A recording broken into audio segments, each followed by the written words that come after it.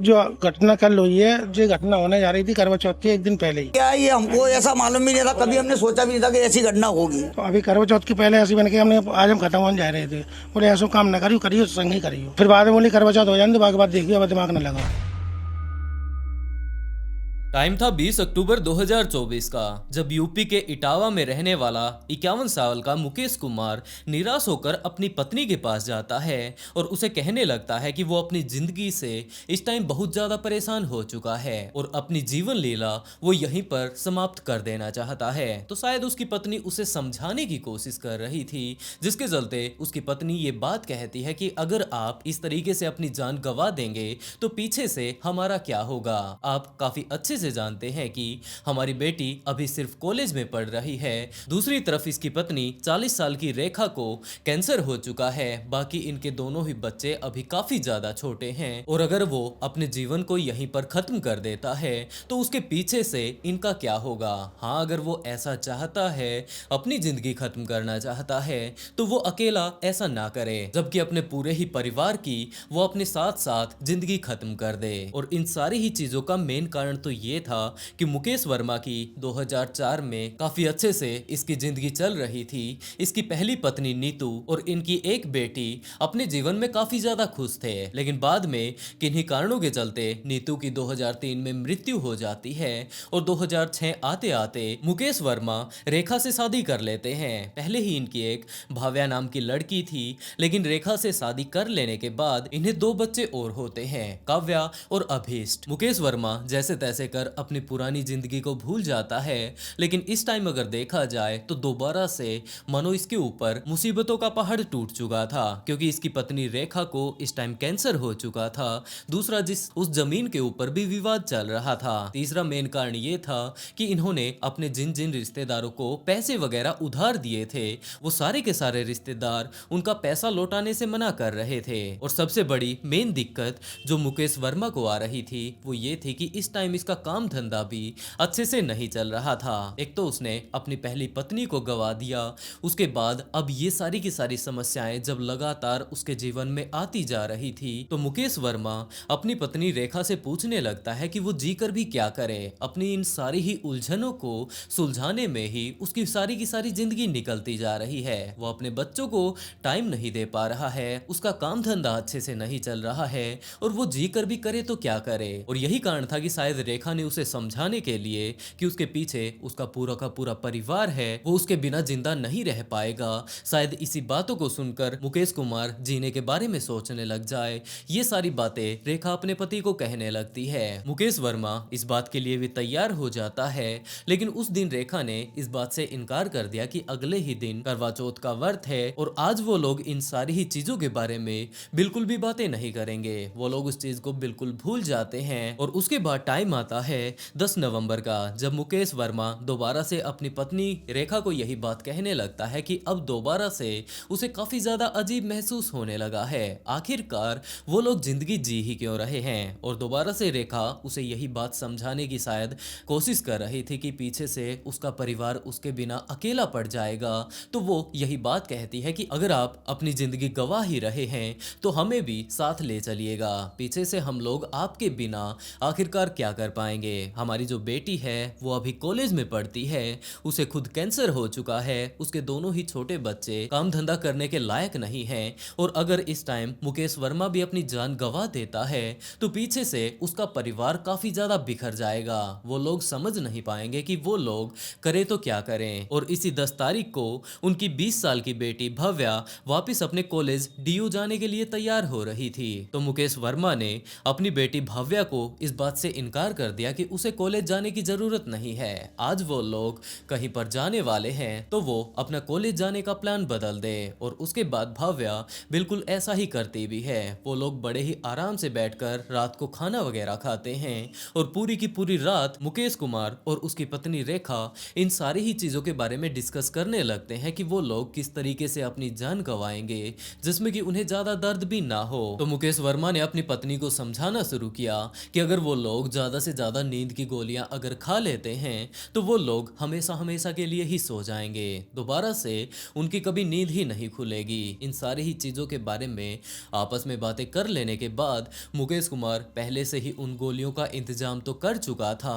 और सुबह के करीबन 5 से 6 बजे का टाइम हो चुका था जब वो लोग इन गोलियों को खाने के लिए तैयार हो चुके थे। और वो लोग सबसे पहले अपनी सबसे बड़ी बेटी 20 साल की भव्या के पास जाते हैं और उसे काफी सारी गोलियां खिला देते हैं। भव्या इस टाइम पूछ रही थी कि आखिरकार वो इतनी सारी गोलियां इसे क्यों खिला रहे हैं। तो मुकेश वर्मा ने अपनी बेटी को बताना शुरू किया कि बेटा हम लोग कहीं पर जा रहे हैं और अगर हम लोग ये गोलियां नहीं खाते हैं तो हो सकता है हम में से कोई ना कोई व्यक्ति यहीं पर रह जाए। तो इसी तरीके की काफी सारी बातें अपनी बेटी को समझाते हुए मुकेश वर्मा अपनी बेटी को वो गोलियां खिला देता है। उसके बाद अपनी पत्नी को खिलाता है, अपने दोनों ही छोटे बच्चों 15 साल की काव्या और 12 साल के अभिष्ट को भी वो गोलियां खिला देता है। और दूसरी तरफ उसने अपनी पत्नी को भी वो गोलियां इस टाइम खिला दी थी।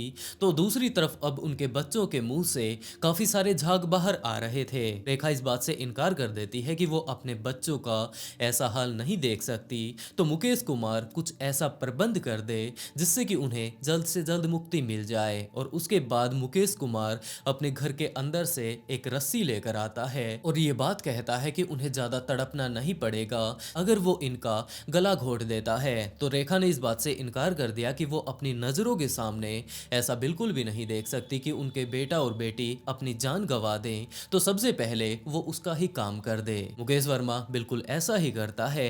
अपनी पत्नी रेखा की वो उस रस्सी से गला घोट कर जान ले लेता है और उसके बाद अपनी छोटी बेटी 15 साल की काव्या के पास वो जाता है और वहां पर जाकर उसे भी बिल्कुल इसी तरीके से मार डालता है। उसके बाद अपने बेटे अभिष्ट के पास जाता है और उसके बाद सबसे बड़ी बेटी भाव्या के पास वो जाता है। जिस टाइम वो भाव्या के गले को घोट रहा था तो भाव्या ये बात पूछ रही थी कि आखिरकार उसके पिता ये सब क्या कर रहे हैं, लेकिन आखिरकार वो अपनी बेटी को क्या कह पाता, जिसके चलते वो उसे थोड़ा समझाता है। और इस टाइम वो नींदों में तो जा ही चुकी थी, काफी सारी नींद की गोलियां उसने खा रखी थी, तो वो भी वहीं पर अपनी जान गंवा देती है। इन सारे ही लोगों ने इस टाइम अपनी जान गंवा दी थी, जिसके बाद वो बाथरूम में जाकर अगले लगभग 3-4 घंटों तक वहीं पर बैठा रहता है। अब सुबह का टाइम हो चुका था तो वो अपने घर से बाहर निकलता है। उसके बाद वापस घर पर आता है और वापस घर पर आने के बाद अपनी पत्नी रेखा के फोन से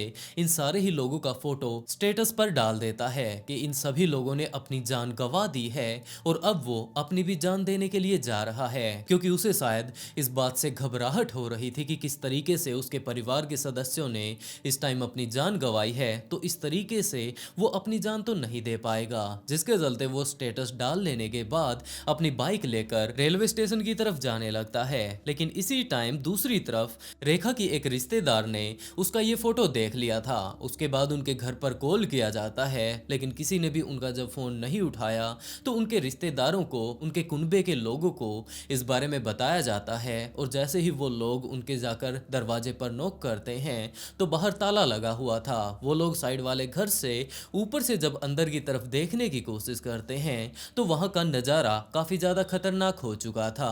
हमारा नाम सत्येंद्र सोनी है। आप कौन लगते हैं इनके? हम इनके बड़े भाई हैं बहन के। ये घटना क्या है, ये हमको ऐसा मालूम भी नहीं था, कभी हमने सोचा भी नहीं था कि ऐसी घटना होगी। ये इसका खुलासा तब होगा जब मुकेश ये पकड़े जाएंगे तब, ठीक है। उसके बाद खुलासा हुआ क्या है क्या नहीं है, क्या राज है ये। अब बहन लगती है ना हमारी, तो अब ऐसे कैसे कह सकते हैं कि क्या है। अब ये तो मुकेश ही बता सकती है इसके क्या है क्या नहीं। नहीं ऐसा कभी कोई भी बात नहीं, हमारे पास कोई नहीं ऐसा कोई नहीं। सुनने में आया पहले कोई शादी हुई थी इनकी? पहले शादी हुई थी तो उनकी तो वो औरत खत्म हो गई थी ना, पहले खत्म हुई थी। हमारी बहन की दूसरी शादी हुई है ना इसके। ये बच्चे तीनों किनके हैं? इसमें एक बच्चा उनका पहली शादी का है और ये बाकी के हमारे बहन के हैं। ये आपको कैसा लग रहा है कि इनकी हत्या में इनके घर वालों की साइड से ये हो सकता हो, क्या नहीं सकते। घर परिवार का मैटर है, जमीन जायदाद विवाद हो सकता है। अभी हमने 8:30 बजे हमको क्या है कि हमारे जो ताऊ की जो बहू है उसने क्या, उनकी बातचीत ज्यादा होती रहती थी उनसे, तो उनके क्या है कि उनने खबर स्टेटस देखा, उस स्टेटस में ये खबर लगी। उन्होंने यहाँ फोन करके बताया घर पे कि ऐसी ऐसी ये घटना हो गई है। वो स्टेटस हमने भी देखा, तो स्टेटस खोला तो फिर उसके बाद हमने फोन लगाया। स्टेटस में क्या लिखा हुआ? उसमें ये लगा था ये सब खत्म। जैसे ही उसमें हमने देखा उसके बाद हमने फोन लगाया, सबका फोन लगाया, किसी का फोन नहीं लगा। फोटो भी लगी थी स्टेटस पर? फोटो लगी थी, फोटो भाई बहन की है और बच्चों की, सबकी फोटो लगी थी। तो वो लोग पुलिस वालों के पास कॉल कर देते हैं और इन सारी ही चीजों के बारे में डिटेल से पुलिस वालों को बताने लगते हैं। पुलिस ऑफिसर्स इस घर में आते हैं और यहाँ पर आकर उन सारे ही लोगों की डेड बॉडी को अपनी हिरासत में लेकर ये बात उन्हें पता चलती है कि इस टाइम मुकेश वर्मा यहाँ पर नहीं है, तो जरूर इस सारे ही कांड को उसी ने अंजाम दिया होगा, जिसके चलते मुकेश वर्मा की कॉल रिकॉर्ड्स को इस टाइम चेक किया जाता है और उसको ट्रैक करते करते पुलिस ऑफिसर्स रेलवे स्टेशन पर जा पहुंचते हैं। लेकिन दूसरी तरफ वहां पर तो मुकेश वर्मा को रेलवे पुलिस ने पकड़ लिया था, क्योंकि वो वहां से गुजरने वाली एक ट्रेन के नीचे आकर अपनी जान गंवाना चाहता था। लेकिन वो ट्रेन उसके ऊपर से गुजर जाती है, लेकिन उसे कुछ भी नहीं होता। जब उस ट्रेन के करीबन 7 से 8 डब्बे उसके ऊपर से गुजर चुके थे तो रेलवे पुलिस ने उस ट्रेन को रुकवा दिया और आखिरी जो 2 डब्बे इस टाइम बच चुके थे वो भी उसके ऊपर से गुजर पाते उससे पहले ही उसे बाहर निकाल लिया जाता है और उसके बाद उसे पकड़कर पुलिस वालों के हवाले कर दिया जाता है। देखिए, मुकेश वर्मा नाम के व्यक्ति हैं जो सर्राफा का काम करते हैं। उनके परिवार में उनकी दूसरी शादी थी। ये पहली पत्नी की मृत्यु 2005 में जैसा कि पता चला है उनकी हो चुकी है। दूसरी पत्नी है जो है 4 लोगों की मृत्यु हुई है, उसमें पत्नी समेत 3 बच्चे हैं, जिसमें 2 लड़कियां हैं और 1 लड़का है छोटा। अभी प्रथम दृष्टया जो लग रहा है, जो पूछताछ की गई, मुकेश वर्मा को पकड़ लिया गया है और जहां तक जानकारी हुई है कि वो रेलवे स्टेशन पर स्वयं आत्महत्या करने के लिए गए हुए थे। रेलवे ट्रेन जो जा रही थी उसके नीचे स्वयं लेट गए थे और उन्हें बताया कि ट्रेन गुजर गई, उनको खरोंच हालांकि आई। उसके बाद आरपीएफ ने, चूंकि ट्रेन खड़ी हो गई जब मरुधर एक्सप्रेस, तो उस पर जो है उनको फिर आरपीएफ के लोगों ने निकाल लिया है और उनसे जो पूछताछ की गई प्रथम दृष्टया, तो वो कुछ आपसी विवाद, जो घरेलू विवाद होता है, उससे तंग आकर के इस तरह का निर्णय पूरे बच्चों को और पत्नी समेत आत्महत्या करने का निर्णय लिया था।